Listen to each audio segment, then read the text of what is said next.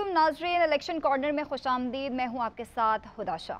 नाजरीन, election commission ने आम इंतखाबात के सिलसिले में कागजात मंजूर और मुस्तरद किए जाने की तफसीलात जो हैं वो जारी कर दी हैं और कौमी असम्बली से तकरीबन 7,473 उम्मीदवारों ने कागजात नामजदगी जमा करवाए थे, जिनमें से 1,024 के कागजात मुस्तरद किए जा चुके हैं और मुल्क भर में कौमी और सूबाई असम्बली की नशिस्तों पर 3,240 उम्मीदवारों के कागजात मुस्तरद किए जा चुके हैं। और जिस पार्टी के सबसे ज़्यादा कैंडिडेट्स के कागजात मुस्तरद हुए हैं वो है पाकिस्तान तहरीक इंसाफ। और तासुर यूँ दिया जा रहा है कि कोशिश की जा रही है कि सिर्फ एक ही जमात को साइड लाइन किया जाए। कोशिश की जा रही है कि तहरीक इंसाफ जो है वो इलेक्शन में हिस्सा ना ले सके और इसी हवाले से PTI ने सुप्रीम कोर्ट से रुजू किया है और लेवल प्लेइंग फील्ड के लिए अज खुद नोटिस लेने का मुतालबा भी किया है। हमारे नुमाइंदे आतिफ भट्ट इस वक्त इलेक्शन कमीशन के बाहर से हमारे साथ मौजूद है, उनसे डिटेल जान लेते हैं। आतिफ, ओवरऑल ज़रा बताइएगा कि कितने तकरीबन उम्मीदवार थे टोटल और किन किन ने अपने कागजात नामजदगी जमा करवाए और कितने उम्मीदवारों के कागजात जो हैं वो मुस्तरद हुए हैं? जी, अगर तो इस हवाले से हम कौमी असम्बली की बात करते हैं इस्लामाबाद की, तो इस्लामाबाद में 209 उम्मीदवारों की जानिब से कागजात नामजदगी जमा करवाए गए थे। 93 उम्मीदवार ऐसे थे जिनके कागजात नामजदगी रिटर्निंग अफसरान की जानिब से मुस्तरद किए गए हैं। टोटल 116 जो उम्मीदवार हैं उनके कागजात नामजदगी मंजूर किए गए हैं। पंजाब के 1,681 और पंजाब के जो हैं वो 3,621 जो उम्मीदवार हैं कौमी असम्बली के, उनकी जानिब से कागजात नामजदगी जमा करवाए गए।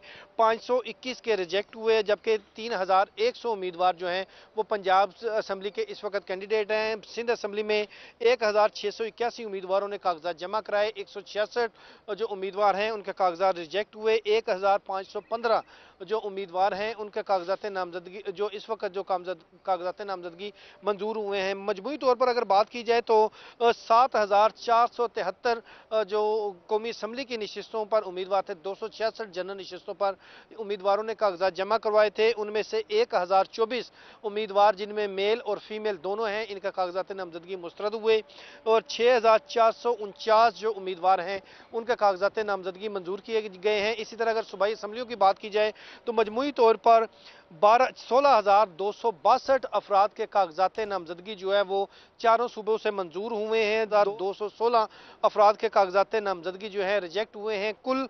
18,478 जो उम्मीदवार हैं सूबाई असम्बलियों के, उनकी जानिब से कागजात नामजदगी जमा करवाए गए थे।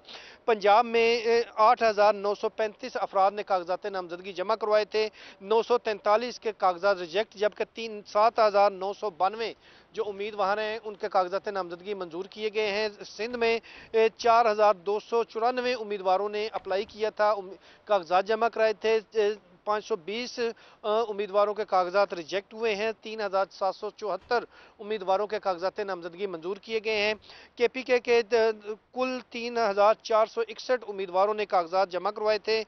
367 के कागजात मुस्तरद हुए। 1,402 के कागजात नामजदगी 3,094 के जो कागजात नामजदगी है वो मंजूर किए गए हैं।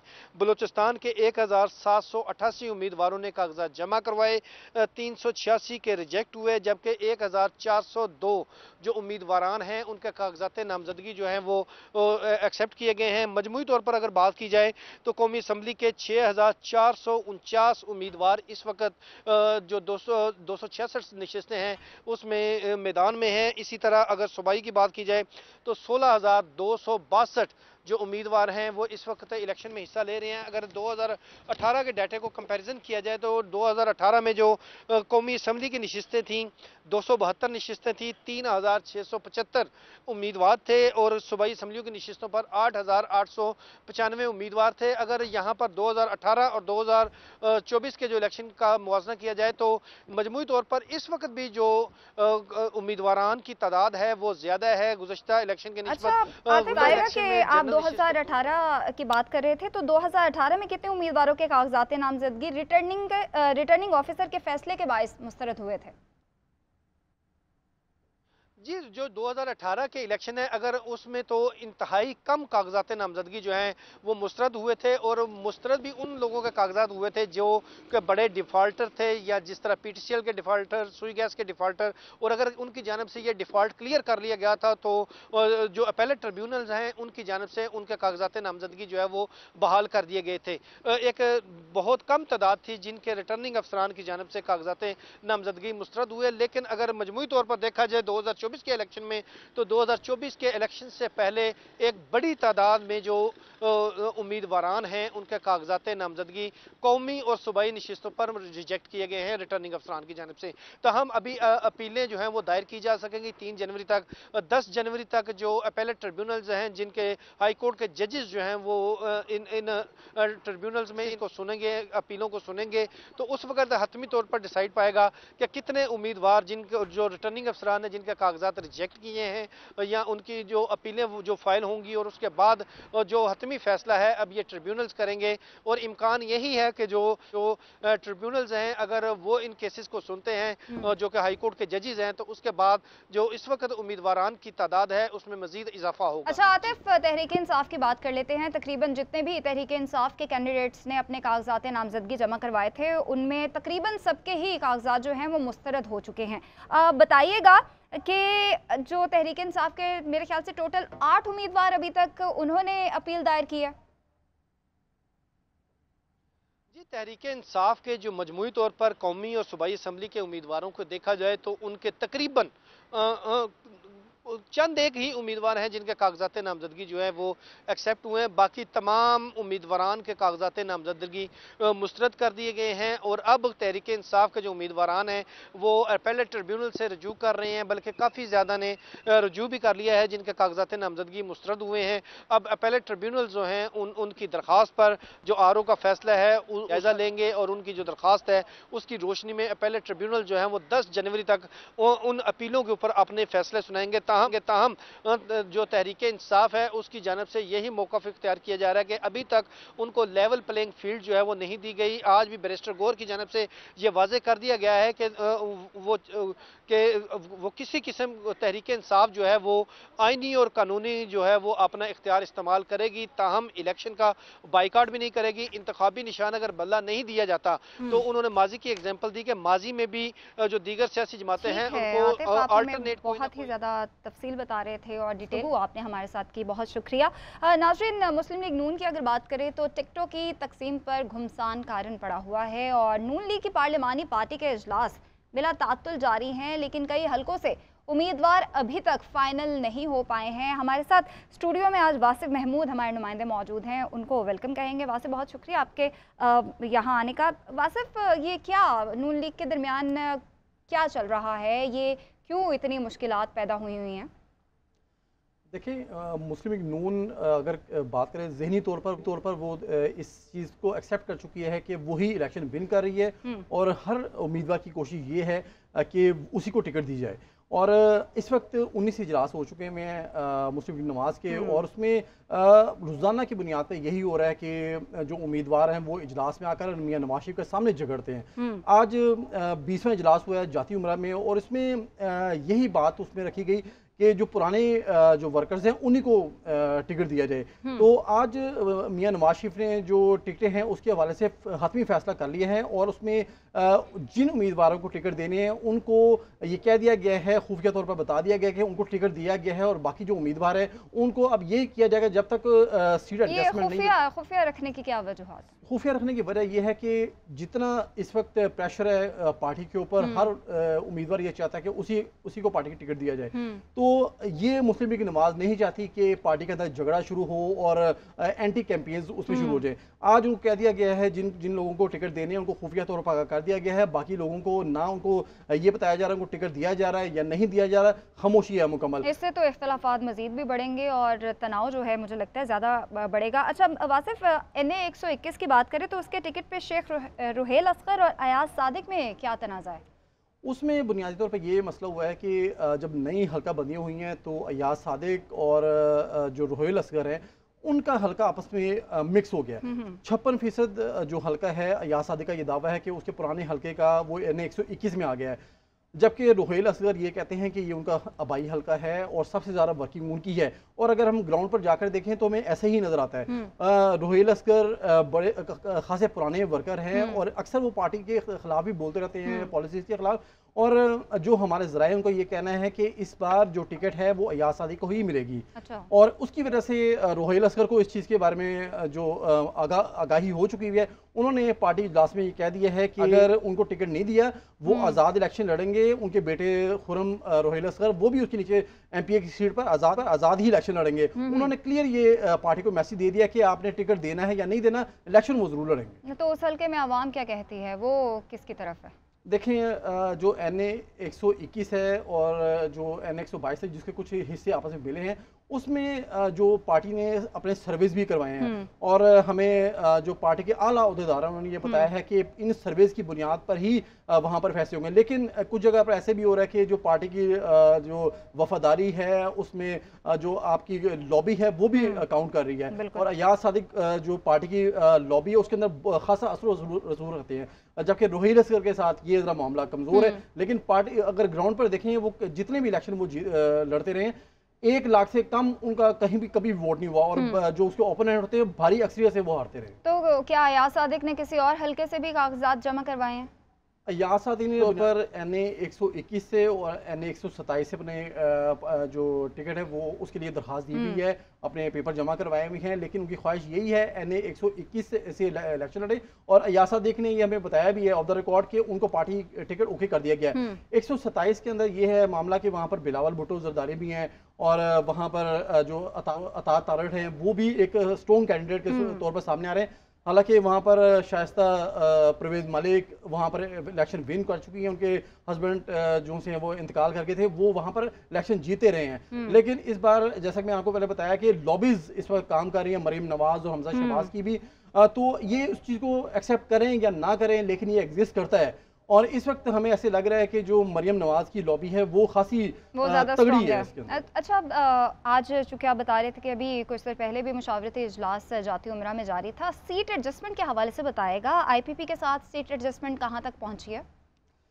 देखिए, अभी हमने ये कुछ देर पहले खबर ब्रेक की है कि जो आज का इजलास हुआ है उसके अंदर मुस्लिम लीग काफ के साथ तो सीट एडजस्टमेंट फाइनलाइज कर दी गई है। मुस्लिम लीग काफ ने ये कहा था कि जो उनके 4 MNAs और 8 MPs साबका असम्बली में मौजूद थे, उन्हीं सीटों पर दोबारा उनके साथ एडजस्टमेंट कर ली जाए। कुछ ले दे उसमें अंदर हो रही है, बातचीत चल रही है, लेकिन ये फैसला कर लिया गया कि एडजस्टमेंट इनके साथ होगी चोरी शुजात के साथ। लेकिन IPP के साथ जरा मामला डिफरेंट है। उन्होंने 20 MNAs और 40 MPs की ये कहा हुआ कि हमें दिए जाए। असल में मसला ये है कि वो भी समझते हैं कि जो हिस्सा उनका बनता है इस इलेक्शन के अंदर, और वो पूरी कोशिश कर रहे हैं कि मुस्लिम लीग नवाज के साथ मामला तय हो। अलीम खान और मरियम नवाज चूंकि एक ही हल्के से इलेक्शन लड़ना चाह रहे हैं, उनकी भी थोड़ी से इख्तिलाफात चल रहे हैं ना? ये NA 119 की सीट है। और अब्दुल अलीम खान के बारे में आपको ये बताऊं कि इस हल्के में जब हमने सर्वे किया तो वहाँ पर ज़्यादातर जो कच्ची आबादियाँ हैं वहाँ पर लोग खुद कहते हैं कि अब्दुल अलीम खान हमें पिछले 26 साल से 5-5 हज़ार रुपये महीने के या साल से देते आ रहे हैं। अच्छा। उनकी मतलब उनकी चैरिटी है, जो अब्दुल अलीम खान फाउंडेशन है, उनको पैसे दे रही है। लेकिन दूसरी तरफ देखें तो NA जो PP 149 है वहाँ से अब्दुल अलीम खान भी इलेक्शन विन कर चुके हुए हैं। उनके जो दस्ते रास्त हैं शुएब सिद्दीकी, वो भी वहाँ पर अच्छा खासा वो जीते भी हुए हैं। उनका काफ़ी उनका ग्राउंड वर्क वहाँ पे मौजूद है। और लोग हमने जब सर्वे किया तो ज़्यादातर लोगों की यही राय थी कि वो अब्दुल अलीम खान को वोट देंगे। अयाज सादिक वहाँ पर इलेक्शन जीते रहे, लेकिन उनके हवाले से लोगों की जो राय है वो ज़्यादा अच्छी नहीं थी। उनका यही कहना था कि वो वहाँ पर जीत जाते हैं लेकिन वहाँ पर आते नहीं है। तो अभी जो हमें जो अब्दुल IPP और मुस्लिम लीग नवाज से जो हमें इंसाइडर मिला है उसके मुताबिक ये फैसला कर लिया गया है कि अगर सीट एडजस्टमेंट होती है तो अब्दुल अलीम खान को ये सीट नहीं दी जाएगी। अच्छा। NA 119 की मरियम नवाज को ही इलेक्शन लड़वाया जाएगा। उनके मुकाबले में सनम जावेद हैं और जिनके बारे में वो समझते हैं कि अगर बेफर्ज उनकी इलेक्शन उनको सुप्रीम कोर्ट से अदालतों से रिलीफ मिलता है उस सूरत में वो मुस्लिम लीग नवाज समझती है कि वो वहाँ पर स्ट्रॉन्ग कैंडिडेट होंगी। जो अब्दुल अलीम खान है उनको 117 से इलेक्शन लड़वाना चाह रही है मुस्लिम लीग नवाज भी, उन्होंने उनको ग्रीन सिग्नल भी दिया है इस बार। अच्छा, शातिर की नशिस्त अगर दी गई तो साबिका MNA मलिक रियाज को किस तरह एडजस्ट किया जाएगा? जो MNA मलिक रियाज हैं वो बहुत स्ट्रॉन्ग कैंडिडेट हैं। आपको याद होगा जब मियां नवाज शरीफ ने लाहौर से लॉन्ग मार्च निकाला था, तो पूरे लॉन्ग मार्च के रास्ते में सबसे बड़ा क्राउड या गुजरांवाला में था या मलिक रियाज के हल्के में था। लेकिन जैसा कि आपको बताया कि पार्टी के अंदर लॉबीज काम कर रही है, हमजा शहबाज की भी, मरियम नवाज की भी, और जो कहा यह जाता है कि जो मलिक रियाज हैं वो हमजा शहबाज की लॉबी के अंदर शामिल हैं। और अभी जो इजलास हुआ 18वां पार्लिमानी बोर्ड का इजलास हुआ जिसमें लाहौर की टिकटों का फैसला होना था, उसमें ये झगड़ा शुरू हो गया। और उसमें जिस तरह रोहिल असगर ने कहा, इस तरह मलिक रियाज ने भी कहा कि उनके साथ ये हक तलफी हो रही है। जैसा कि आपको बताया कि मुस्लिम लीग नवाज की जानिब से ये फैसला नहीं किया गया कि IPP के साथ एडजस्टमेंट होगी या नहीं होगी, लेकिन जो बैकडोर राब्ते हुए हैं उनमें उनको ये ग्रीन सिग्नल दे दिया गया है कि NA 117 शादरा से अब्दुल अलीम खान को वो सीट एडजस्टमेंट उनसे करेंगे, मलिक रियाज को टिकट नहीं दी जाएगी इस बारी। और इजलास हुआ कुछ दिन पहले, उसमें जो गजाली सलीम भट्ट हैं जो कि मलिक रियाज के नीचे MP की सीट पर इलेक्शन लड़ते रहे, उनकी अच्छी खासी वहाँ पर धुलाई की गई है। उन्होंने कहा कि जी हमने वहाँ पर हमारी फुटवर्क है, हम काम करते रहे,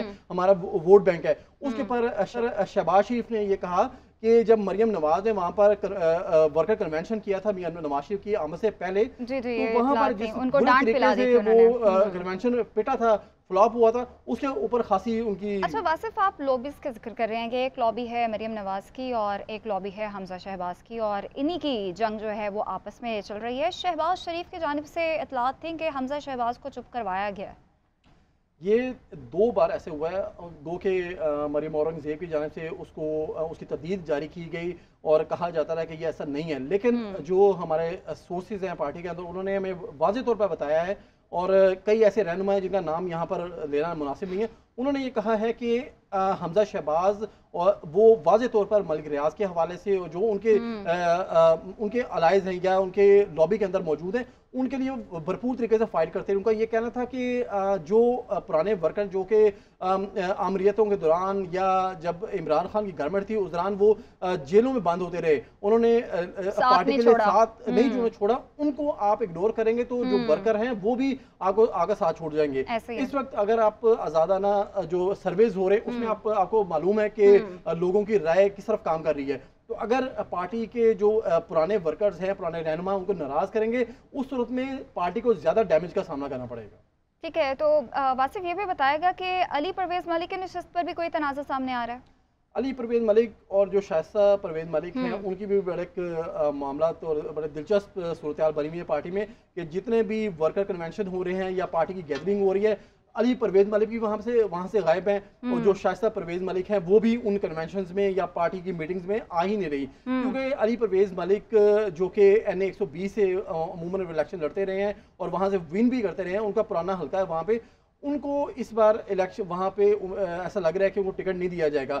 और जो NA 127 जहाँ से मैंने आपको जिक्र किया कि वहाँ पर अता तारड़ को इस बार उम्मीद है कि वहाँ से उनको टिकट दे दिया जाएगा, उसके ऊपर भी उनकी खासी नाराजगी है कि उनकी वादा शाइस्ता परवेज मलिक उसी टाउनशिप और जोहर टाउन का जो इलाका है वहाँ से इलेक्शन जीते रहे। आपस में क्या मामला चल रहे हैं, क्या क्या इख्तलाफात चल रहे हैं, वासिफ हमें बता रहे थे। वासिफ, आपका बहुत शुक्रिया।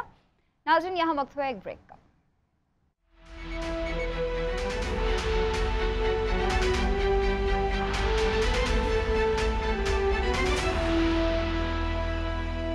वेलकम बैक नाज़रीन। आम इंतखाबात के लिए सियासी शख्सियात की जानिब से अपनी फैमिलीज़ को तरजीह देने का सिलसिला जो है वो जारी है, और बेशतर बड़ी सियासी जमातों के रहनुमाओं ने अपने ही रिश्तेदारों जो हैं वो उनको सियासी अखाड़े में उतारा है। और खैबर पख्तूनख्वा की बात कर लें तो वहाँ भी कई अहम शख्सियात ने इलेक्शन के लिए अपनी ही फैमिली से मुख्तलिफ रिश्तेदारों के कागजात जमा करवा दिए हैं। इस हवाले से बात करेंगे। ब्यूरो चीफ काशिफुद्दीन सैयद हमारे साथ मौजूद हैं। बहुत शुक्रिया काशिफ। ये क्या मामला है, और अगर KP की बात की जाए तो वहाँ पे चल क्या रहा है, इलेक्शन माहौल किस तरफ जा रहा है, और वोटर्स का रुझान क्या है? जी बिल्कुल, खैबर पख्तूनख्वा में भी मुल्क के दीगर हिस्सों की तरह इलेक्शन के जो मामलात है वो चल रहे हैं, लेकिन अभी वो टेम्पो नहीं बना जो होना चाहिए था इन दिनों। और उसमें सबसे बड़ी बात जो है वो यही है कि पाकिस्तान तहरीक इंसाफ के जो उनके जो मामलात है, जो उनके कागजात मुस्तरद हुए हैं, जो उनके कुछ लोगों को गिरफ्तार किया गया है, तो उस हवाले से एक गैर यकीनी सूरत हाल है। और इस गैर यकीनी सूरत हाल ने तमाम तर इंतखाबी मुहिम जो है उसको बेबज़ा कर दिया है। अच्छा, तो काशिफ, ये जो फैमिलीज़ के नुमाइंदे हैं, उन्हीं के उम्मीदवार जो हैं उनके कागजात जमा करवाए गए हैं, और अगर केपी की बात करें तो उस जमात में सबसे ज़्यादा JUIF का नाम आ रहा है, जिसने अगर देखा जाए तो JUIF के जितने भी उम्मीदवार हैं उनके आगे से जो रिश्तेदार हैं वो इलेक्शन लड़ रहे हैं। जी बिल्कुल, जमीयत उलमा इस्लाम के भी है, कुछ और सियासी शख्सियात जिनमें आफ्ताब खान शेरपाव शामिल है, इसी तरह परवेज़ खान खटक शामिल है, अमीर मकाम खान शामिल है, और भी लोग हैं, गड्डापुर ख़ानदान है डेर इस्माइल खान से। मौलाना फजलुर रहमान इस वक्त ख़ुद भी इलेक्शन लड़ रहे हैं। उनके दो भाई सूबाई असम्बली के नशस्त पर उम्मीदवार हैं, मौलाना लुत्फ़ुर रहमान जो माजी में भी रुकन सूबाई असम्बली रहे हैं, एक और भाई उनके छोटे भाई मौलाना उबैदुर रहमान, वो भी सूबाई असम्बली की नशस्त पर उम्मीदवार है। इसके साथ साथ मौलाना साहब के दो बेटे, वो एक टांग से मुफ्ती असद महमूद जो वफाकी वज़ीर रहे गुज़श्ता 16 माह हुकूमत के दौरान, वो इलेक्शन लड़ रहे हैं। उनके सबसे छोटे साहिबजादे मौलाना असजद महमूद, वो लक्की मरवत से इलेक्शन में उम्मीदवार हैं। इसी तरह जो रिज़र्व सीट्स हैं, उन रिज़र्व सीट्स पर भी मौलाना साहब की दो सालियाँ जो हैं वो उनकी नामजदगी, यानी पूरे खानदान को ही इलेक्शन में उतार रहे हैं। काशिफ, ये बताएगा कि केपी की आवाम क्या कहती है, वो इस टाइम किसके साथ है, किस सियासी जमात के साथ है? देखिए, ये तो जिस तरह के हमने पहले अर्ज किया कि इस वक्त अभी टेम्पो नहीं बना, लेकिन जो ओवरऑल सूरत हाल हम देख रहे हैं तो इसमें शक नहीं है कि इस वक्त भी पाकिस्तान तहरीक इंसाफ खैबर पख्तूनख्वा की एक मुअस्सिर सियासी क़ुव्वत है, और उनके कारकुन मुतहर्रिक भी है और कमिटेड भी है। और हमने ये भी देखा कि गुज़श्ता चंद दिनों के दौरान जब हमारे अहम सियासी शख्सियात और सियासी जमातों के जो ज़िम्मेदार लोग हैं उनसे बात हुई, तो हर तरफ से यही कहा जा रहा है कि उनके मद्दे मुकाबिल जो है वो तहरीक इंसाफ के उम्मीदवार होंगे। अवामी नेशनल पार्टी की क़यादत से हमारी बात हुई, जमीयत उलमा इस्लाम की क़यादत से हमारी बात हुई, तो उन्होंने वाज़ेह तौर पर यह कहा कि उनके मद्दे मुकाबिल जो हैं वो तहरीक इंसाफ के उम्मीदवार होंगे। तो इससे हम अंदाज़ा कर सकते हैं कि इस वक्त सूबे में पाकिस्तान तहरीक इंसाफ की पार्टी पोजीशन क्या है। और ये जो इलेक्शन के हवाले से सरगर्मी दिखाई नहीं दे रही, उसकी वजह भी यही है कि अभी पाकिस्तान तहरीक इंसाफ के उम्मीदवारों के हवाले से फैसला नहीं हुआ, न तो उन्हें टिकट जारी किए गए हैं और न पता चल रहा है कि क्या उन्हें इलेक्शन लड़ने दिया जाएगा।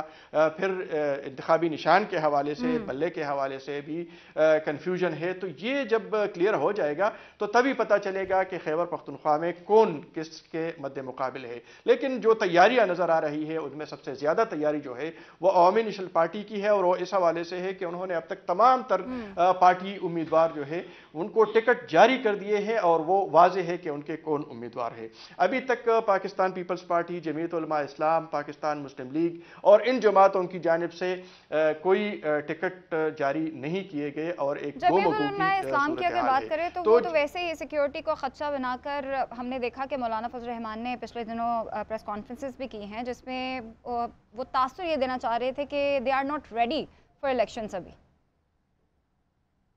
देखिए, रात उनकी सिक्योरिटी जो गाड़ियां हैं सिक्योरिटी की, उन पर अटैक भी हुआ है, और आज वो प्रेस कॉन्फ्रेंस भी करेंगे और इस हवाले से वो ज़रूर बात करेंगे।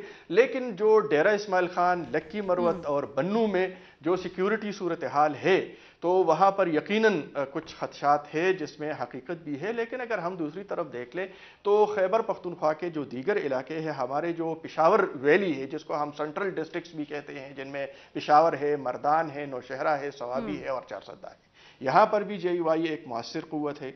इसी तरह अगर हम देख लें तो हज़ारा डिवीज़न के जो डिस्ट्रिक्ट मानसहरा है, बटग्राम है, कोहिस्तान है, वहाँ पर भी उनके उम्मीदवार माजी में कामयाब होते रहे हैं, और इस वक्त भी उनके जो उम्मीदवार हैं वो काफ़ी मजबूत नज़र आ रहे हैं। जनूबी अजला में तो वैसे भी उनकी उम्मीदवार जो हैं वो मजबूत नज़र आ रहे हैं। कोहाट में भी, बनू में भी, करक में लक्की मरवत से उनके साहिबजादे खुद इलेक्शन लड़ रहे हैं, टांग से उनके मौलाना साहब के साहिबजादे इलेक्शन लड़ रहे रहे हैं। डेर इस्माइल खान से वो खुद उम्मीदवार हैं, उनके भाई उम्मीदवार हैं।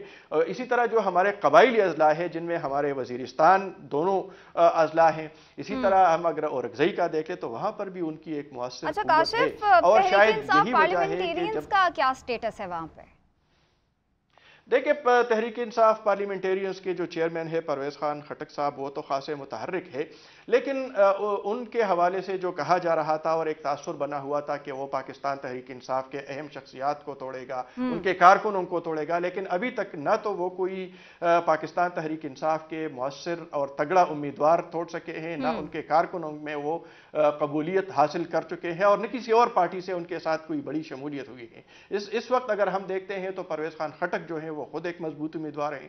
साबिक वज़ीर आला महमूद खान साहब जो उनके पार्टी के अहम अहदेदार हैं और उनके दस्तराज से वो एक अहम उम्मीदवार, ये दो उम्मीदवार अपने अपने इलाकों में हमें मजबूत नजर आ रहे हैं और यकीनन दोनों साबिक वज़राए आला रह चुके हैं, उन्होंने काम भी की है, तो वहां से वो मजबूत है और उनको हम इलेक्टेबल्स करार दे सकते हैं। ठीक है, बाकी उनके हवाले से अभी तक के हवाले से डिटेल गुफ्तगू नाज़रीन आपने सुनी। ब्यूरो चीफ दीन सैयद हमें तफसीलन आगाह कर रहे थे, बहुत शुक्रिया काशिफ। नाज़रीन अब कुछ बात कर लेते हैं हलकों के मसाइल की, जहां वोटर्स आज भी अपने मसाइल के हल के ख्वाह हैं। फैसलाबाद के मौजूदा हल्का NA 103 से आम इंतखाबात 2018 में शेख खुर्रम शहजाद PTI के टिकट पर जीते थे और 7 मरतबा नून लीगी हाजी अकरम अंसारी MNA रहे, मगर NA 103 के बासियों के मसाइल जूं के तू हैं। इस हवाले से बताएंगे अब्दुल सबूर। इस वक्त मैं मौजूद हूँ फैसलाबाद के हल्का NA 103 में जंग रोड से मुल्हिका इलाके, जिनमें रशीदाबाद, बाऊवाला और दीगर इलाके शामिल हैं। यहाँ पर सहूलियात का फुकदान है, सड़कें टूट फूट का शिकार हैं, सीवरेज का जो है गंभीर मसला है। अगर मेरा कैमरामैन रईस आपको दिखाए कि यहाँ पर हम गलियों के अंदर मौजूद हैं, यहाँ पर जो है प्लाट जो है गंदे पानी से भरे पड़े हैं, अटे पड़े हैं, यहाँ पे गंदगी के ढेर लगे हुए हैं, ताफुन के बायस सांस लेना भी मुहाल है। इलाका मकीन शदीद मुश्किलात से दो चार हैं, जबकि बीमारियाँ फूट रही हैं। तो इलाका मकीनों की जानब से यह मुतालबा किया जा रहा है कि जो कोई भी अवामी नुमाइंदा यहाँ से मुंतखब होता है वो वादे वईद करके चला जाता है, उसके बाद मसाइल के हल के लिए तवज्जो नहीं दी जाती। इस हवाले से मैं ये भी बताता चलूँ कि इसी हल्का से जो गुज़िश्ता जो इंतखाबात थे उनमें शेख खुर्रम शहजाद जो थे PTI के टिकट पर मुंतखब हुए थे, जबकि इससे कबल जो है मुस्लिम लीग नून के हाजी अकरम अंसारी जो हैं तकरीबन इसी हल्का से 7 मरतबा MNA मुंतखब हो चुके हैं, मगर इस इलाके के इन इलाकों के मकीनों के जो महरूमियाँ हैं वो ख़त्म नहीं हो सकी। यहाँ पर ना तो कोई सेहत की सहूलियत फराहम की जा रही हैं, कोई डिस्पेंसरी नहीं है, दूसरी जानब सड़कें इंतहाई टूट फूट का शिकार हैं। इलाका मकीनों को गुजरने में भी शदीद मुश्किलात का सामना है। तो मेन जंग रोड जो है एक मरतबा फिर उखाड़ा गया है, यहाँ से मलबा जो उठा के गलियों में फेंका जा रहा है। इलेक्शन ज़ाब्ता अखलाक की खिलाफ वर्जी भी की जा रही है कि गलियों में तमीराती काम जो है वो अभी शुरू किया गया है। तो दूसरी जानब इलाका मकीन सीवरेज के पानी में अटे मुतालबा कर रहे हैं कि अवामी नुमाइंदे जो हैं खुदारा उनके मसाइल के हल की तरफ तवज्जो दें। जी, फैसलाबाद के बाद रुख कर लेते हैं कराची का, जिसका ज़िला गरबी हल्का है NA 246 औरंगी टाउन मसाइलिस्तान बना हुआ है। यहाँ टूटी सड़कें और सेहत तालीम की नाकाफ़ी सहूलियात और गैस बिजली की परेशानी ने आवाम को आजिज़ कर रखा है। इस हल्के के मसाइल हमें बताएंगे शारका कमाल। बिल्कुल, मैं इस वक्त NA 246 में मौजूद हूँ। जो NA 246 का इलाका है यहाँ पे PS की भी 2 सीटें सुबह सामने की जो 2 सीटें उसमें 121 और 120 शामिल हैं। NA 246 अगर हम वोटर्स की मजमूई तौर पे तादाद की बात करते हैं तो वोटर्स जो है वो 4,23,861 हैं। इस हल्के में औरंगी टाउन के मुख्तलिफ सेक्टर्स शामिल हैं, सेक्टर 10, 11, 12, 16। इसके अलावा दूसरे इलाके बनारस टाउन, बाबा वलायत अली शाह, गुलशन बहार, ये तमाम इलाके जो वो इस हल्के में हैं। यहाँ से जो पिछली दफ़ा इलेक्शन में MQM के अमीनुल हक साहब ने इन्होंने सीट जीती थी NA की नशिस्त पे, जबकि जो PS की नशिस्तें थी वो भी MQM के मुख्तलिफ जो है वो उनके पास थी। मैं इस वक्त जहाँ मौजूद हूँ ये जो है हम आपका मेरे कैमरामैन फैज़ान आपको दिखाएंगे कि जो डबल सड़क है, लेकिन ये सूरत हाल इंतज़ामी तौर पर इतनी ज़्यादा बंद इंतज़ामी है कि ये पूरी एक सड़क जो है वो कचरा कुंडी में तब्दील हो चुकी है। यहाँ पे जो है वो एक ही सड़क जो है वो दोनों के आने और जाने के लिए इस्तेमाल हो रही है और एक सड़क को कचरा कुंडी बना दिया गया है। हमने बहुत से लोगों से बात की जिन्हें यही नहीं पता कि पिछले इलेक्शन में जो कौन जीता था उसने कभी यहाँ का रुख नहीं किया। लोग काफ़ी मायूस, उनका कहना है कि उनका बहुत से बेशतर को कहना है कि वो किसी को वोट डालने के लिए ही तैयार नहीं, क्योंकि वोट डालने से उनकी किस्मत नहीं बदलने वाली, उनका ये कहना है। यहाँ पे तो वोटर्स हमें काफ़ी मायूस नज़र आ रहे हैं, लेकिन अब देखना ये है कि आने वाला जो इलेक्शन है जो भी यहाँ से जीतता है उसके बाद इस इलाके की जो इस हल्के की जो है वो किस्मत बदलती है या नहीं। जी। इस्लामाबाद के हल्के NA-47 की बात करें तो इलाका है इकबाल टाउन, जहां पे सड़कें टूटी फूटी हैं और गैस और पानी की किल्लत है। पिछली 2 दहाइयों से हल्के के हालात बद से बदतर होते जा रहे हैं, लेकिन इलेक्शन की तारीख का ऐलान होते ही हल्के में इंतखाबी मुहिम तेज हो गई है। इस हवाले से बताएंगे हमारे नुमाइंदा सबीन शहबाज। जबकि देखिए हर गुजरते दिन के साथ इंतखाबी जो अमल है या जो इंतखाबात हैं वो करीब आते जा रहे हैं। जैसे इंतखाबात करीब आ रहे हैं वैसे वैसे इंतखाबी मुहिम जो है उसमें भी तेज़ी देखी जा रही है। लेकिन इंतखाबी मुहिम के साथ साथ जो इलाके के मसाइल हैं वो भी मेंशन करना जो है वो ज़रूरी है। मैं इस वक्त इस्लामाबाद के एक हल्के NA-47 में मौजूद हूँ, जहाँ पर अगर हल्के के मसाइल के हवाले से बात की जाए तो यहाँ की टूटी सड़कें, मेन जो रोड है या जो मेन चलता रोड है, ट्रैफिक रोड है, वहाँ पर आवारा कुत्तों का राज और जो है वो टूटे रोड जो उम्मीदवारान है यहाँ की उनकी कारकर्दगी का जो पोल है वो खोले 2 दहाइयों से ज़्यादा जो है वो इस टाउन को बने हो चुका है। लेकिन इस इलाके के जो मसाइल हैं वो हल होने का नाम नहीं ले रहे। यहाँ पर मैं इस वक्त जिस रोड पर मौजूद हूँ ये इकबाल टाउन का मेन रोड है। ये सारा रोड जो है वो टूटा हुआ है। आने जाने वाले जो लोग हैं उनको भी मुश्किलात का जो है वो सामना करना पड़ता है। मेरे बिल्कुल राइट हैंड पर जो है वो एक टैक्सी स्टैंड है। यहाँ पर जो टैक्सी हजरात हैं, जो टैक्सी चलाते हैं, ड्राइवर्स हैं, उनका भी कहना है कि टूटे रोड से जो उनको रोज़ बरोज़ जो है उनके मसाइल में इजाफा होता जा रहा है। सियासत आवारा कुत्तों को यहाँ पर आज अब पानी का मसला भी यहाँ के जो शहरी हैं उनको दरपेश है। इसके अलावा जो यहाँ के नौजवान हैं वो खेल के जो ग्राउंड है उससे भी महरूम जो है वो नज़र आ रहे हैं। लेकिन यहाँ के जो उम्मीदवारान हैं वो इंतखाबात करीब आते ही जो इंतखाबी मुहिम है उसमें जो है वो तेज़ी आगे रोज़ाना की बुनियाद पर इंतखाबी मुहिम यहाँ पर जारी है। उम्मीदवारान जो है वो हल्के का विजिट करते हैं, तमाम अफराद से जो है वो जाकर मसाइल पूछते हैं। लेकिन इंतखाबात जो है वो होने के बाद या सिलेक्ट होने के बाद जो है वो कोई भी उम्मीदवार इस हल्के में नज़र नहीं आता। ये कहना है यहाँ के शहरियों का। शहरी ये कह रहे हैं कि इंतखाबी मुहिम जो है वो यहाँ पर उम्मीदवारान की जारी है, लेकिन इस वक्त वोट जो है वो उसी को दिया जाएगा जो यहाँ जो हल्के के मसाइल जो है उसको हल करेगा। जी नाजरीन, इंसान में कुछ कर गुजरने का अज़्म हो तो हर किस्म के हालात से टकरा जाता है। एक ऐसी ही मिसाल बाजोड़ की